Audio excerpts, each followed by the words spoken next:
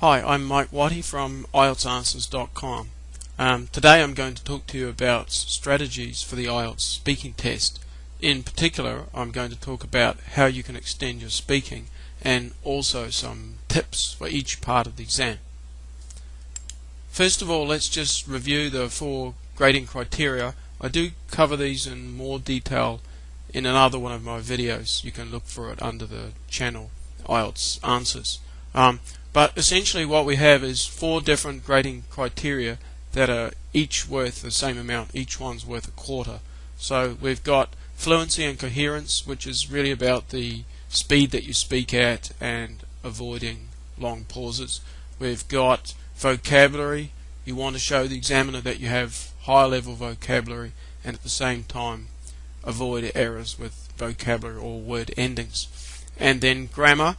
And here you want to show the examiner that you can use more complex sentence structures such as conditionals or relative clauses, and also avoid making grammatical mistakes. And then in the last part, pronunciation, that you have clear speech, you're easy to understand, and also that you highlight your key points using stress and intonation. Let's move on to some of the strategies then, and we can think about the grading when we're looking at those.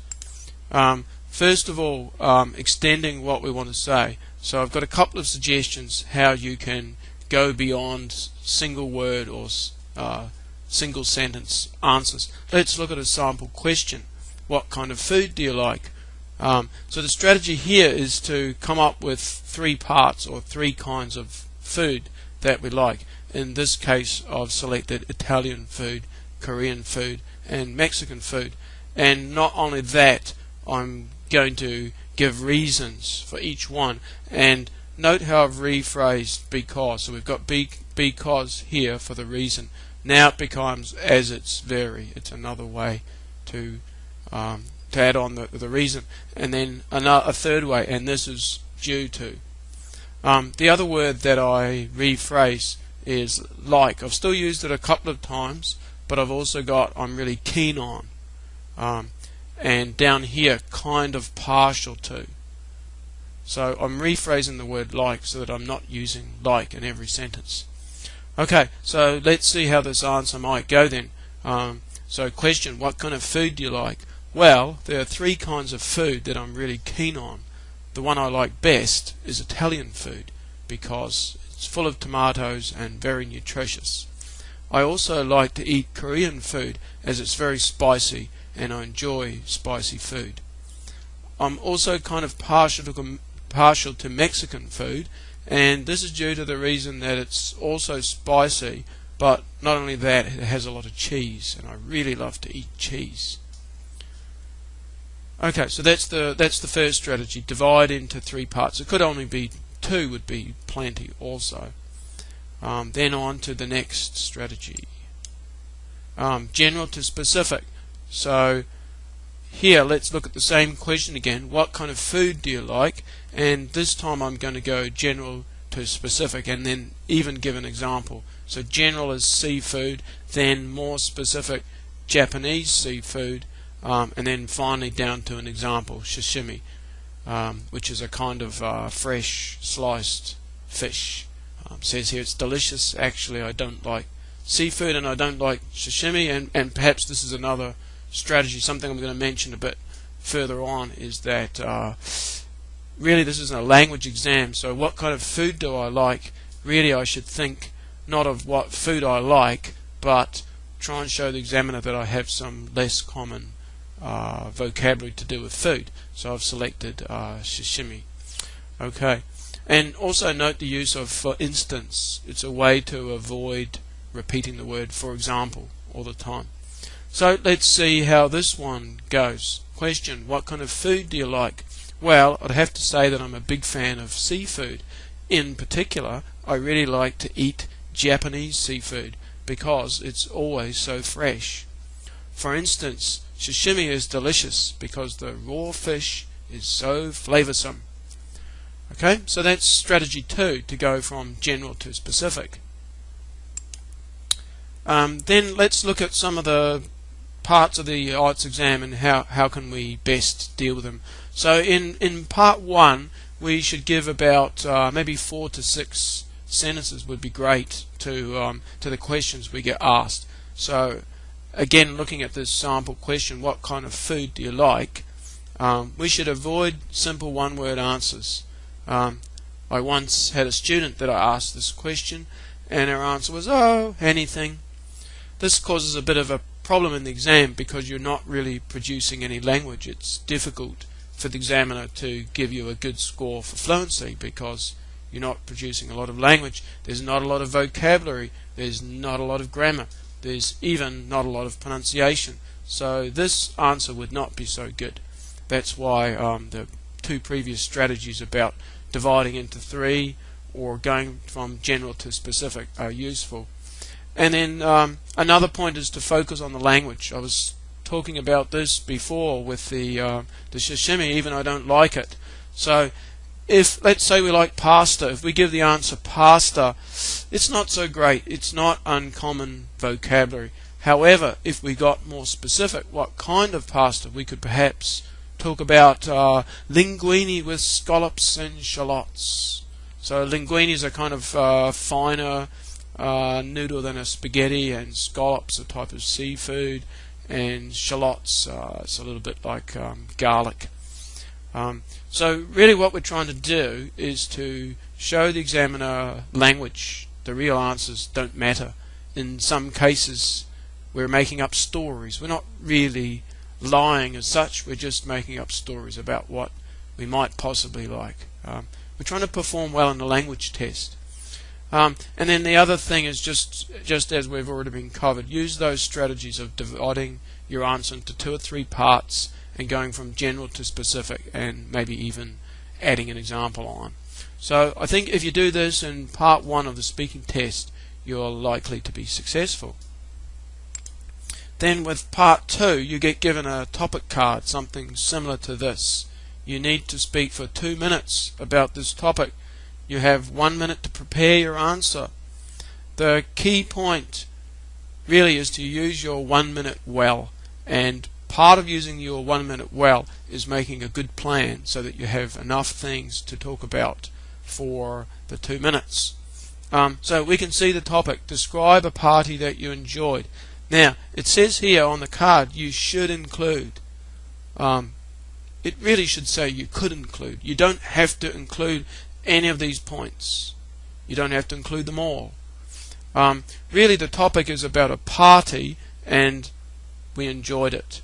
If we wanted to, we could tell it like a story. What happened in the beginning? What happened later on in the party? What happened at the end of the party? Maybe the police came. I've been to some parties like that. And then what happened after the party? Especially if the police came. Maybe they took your best friend to jail. I haven't been to a party like that for a while, by the way. That's when I was younger. So let's have a look at these, how we might plan some of these points. But as I mentioned, we're not limited to sticking to these points. We could have other points as well. But if we do use those points, how could we develop them? Whose party? Rather than just saying the name of the person, we can include our relationship to them. In this case, cousin. Actually, I don't have a cousin Billy, but that's fine. Remember the strategy about making stuff up. Tall, slim, and a moustache. Moustache is this thing here. Have a little bit of hair on your lip. That's called a moustache. Maybe Billy doesn't have a moustache, but we want to show the examiner we know this word. And then why not cover his personality? Shy, but an excellent singer. And then where was the party held? Well, we could just say Billy's house, but how about we show the examiner a bit more? A swimming pool, a snooker table. So a snooker's a bit like pool. Even if it didn't have a snooker table, show the word snooker. And huge backyard with an enormous barbecue. So rather than saying big, we've got huge and enormous. Higher level language. Then, why was it fun? Delicious food. We've just been talking about food. You can recycle some of that vocabulary into here. You could talk about the sashimi and the linguine with what was it?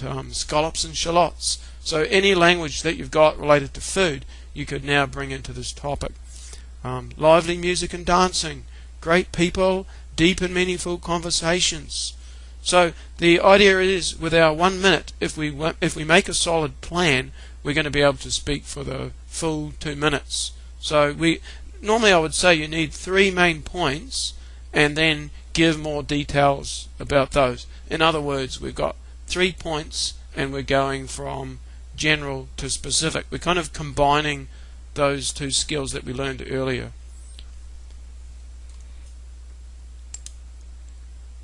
Let's talk about some other key points for your 1 minute. First of all, you can think about the tense you will use to answer your question. We're talking about a party we went to. Most of the answer will be in the past tense because we've already been to the party. However, if we're describing Billy or describing his house, what he looks like or what the house looks like, we're going to be using present tense. We use present tense for facts and figures, facts and opinions. Billy has a moustache. It's a fact. He has a moustache. Or his house has a red roof. If we say the house had a red roof, past tense, that means now it's not red. It must have been repainted a different colour. Secondly, you can write down any high-level vocabulary for the answer. For instance, under food, you might be writing down the sashimi or something like that. Then third, you can think a little bit about what you might do if you run out of time. Worst case, you could always start talking about another party or comparing it to another party you went to. However, there should be plenty of things to say about the party. We could talk about some of the other people that went to the party. What was their opinion of the party? What happened after the party? Was there a big mess? Who cleaned it up? So really you should be able to find lots of things to talk about with any of the topics. They're normally fairly general and allow plenty of opportunity to talk at length. Then moving on to part 3. Part 3 involves the examiner asking you questions related to your topic in part 2. However, the emphasis shifts from you to people in general. You're often asked to give your opinion, make comparisons, and make predictions. For instance, we've been talking about a party. In part 3, you might be asked, what sort of reasons do people in your country have for holding parties? Or maybe more general about festivals. What sort of festivals are celebrated in your country? So the focus has shifted from you to people in general. So first strategy in part 3. Part 3 is a little bit different to part 1 and 2. In part 1 and 2, you can ask the examiner to repeat a question, or you can ask the meaning of a single word. However, in part 3, you can ask for a rephrase of the question. Now, you might do this for a couple of reasons. One reason is to check you correctly understand the question. The second reason, you can use it to buy time. You may well understand the question, but you ask for a rephrase in order to buy yourself some time to think about what you're going to say and also some of the language that you're going to use to answer it.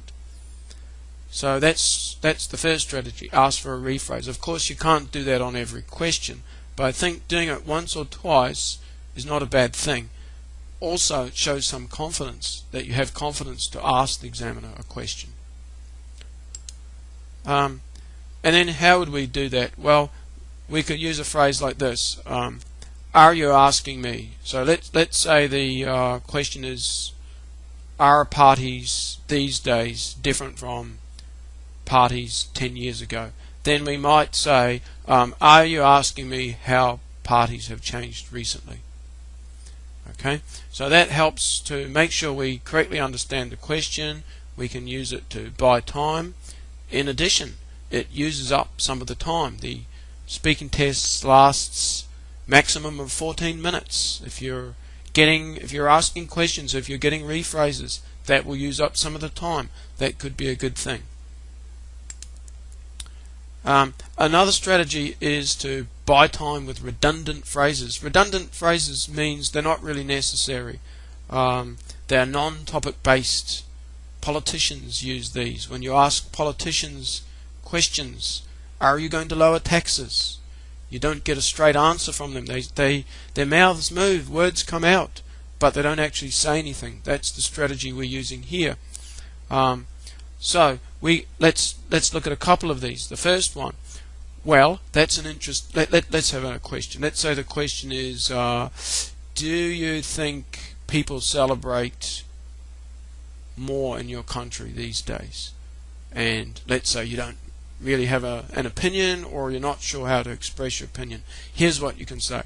Well, that's an interesting question. I've never really thought about that before, but I guess I would have to say that I agree.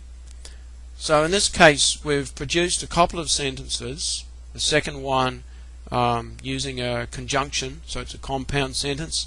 Really, the only language related to the topic is I agree. However, we've packaged it much better. We've used a long phrase to package our answer. This way we're going to score higher on fluency because we're producing more language. The vocabulary is better in here than just saying I agree. There's more grammar. We've got a conjunction here, and also allows you an opportunity to improve your score for pronunciation, especially if you've rehearsed some of these. If you can build up some of these phrases so they come out very naturally with stress in the right places, then you're going to increase your score for pronunciation as well. Let's look at another example, and you can listen to my stress and intonation, and maybe you can learn from that. So let's try the same question, and we're just going to agree again, but we're going to package it a little bit better. I'm not really sure about that. However, if you are asking me for my honest opinion, I would have to say that I agree. So again, the only real meaningful language is I agree. However, we've packaged it better. So I hope you found this video useful. If you have, I've got some other videos under the channel IELTS Answers. In addition, if you'd like more help with your speaking, you can go to my website. I've got my direct page to my speaking here. You're also welcome to contact me by email. You can see it down here, mike@IELTSanswers.com. Hope you found this video useful.